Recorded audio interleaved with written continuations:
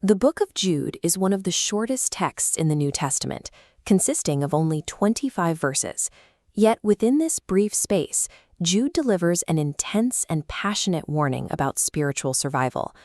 Because the text is dense with vivid imagery and severe warnings, we are going to build a step-by-step framework to navigate these verses and reveal the logic behind Jude's message. Prepare your materials now. Open your Bible to the Book of Jude, located just before Revelation, and have a notebook and pen ready. We will construct a 9-point blueprint together. This structure will organize the letter's complex themes so you can follow the argument without getting lost in the details. A structured approach ensures these dense instructions become a practical defense of the faith. Step 1. Identify the theme. In verse 3, highlight the instruction to contend for the faith. This is the central command of the letter, standing firm against teachers who threaten the community's integrity. Step 2 covers the author. Record the name Jude in your notes. He was a half-brother of Jesus Christ. Notice his specific phrasing in verse 1. Despite his biological relationship to Jesus, Jude chooses to identify himself simply as a servant of Christ, rather than claiming special status. Step 3 is the audience. Jude addresses them as dear friends. While no location is named, his greeting and content suggests he is writing to a specific group. We can see this in how Jude writes. He relies heavily on Old Testament history and Jewish traditions, assuming his readers already have a deep understanding of these stories. Knowing Jude's humble posture and his audience's shared heritage provides the necessary context for the urgent warnings that follow.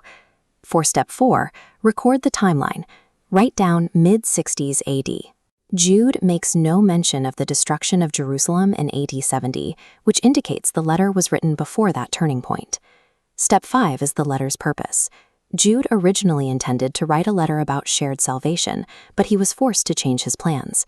He learned that false teachers had secretly infiltrated the church. They were twisting the concept of grace to justify immoral behavior and were actively rejecting the authority of Jesus. Step 6 examines the cultural context. During this window, the early church faced an intense dual pressure. Externally, the Roman Empire was becoming increasingly hostile toward Christians, creating a climate of political danger. Because the church was already under pressure from Rome, the internal threat of false teaching was even more dangerous. This environment explains Jude's defensive and uncompromising tone.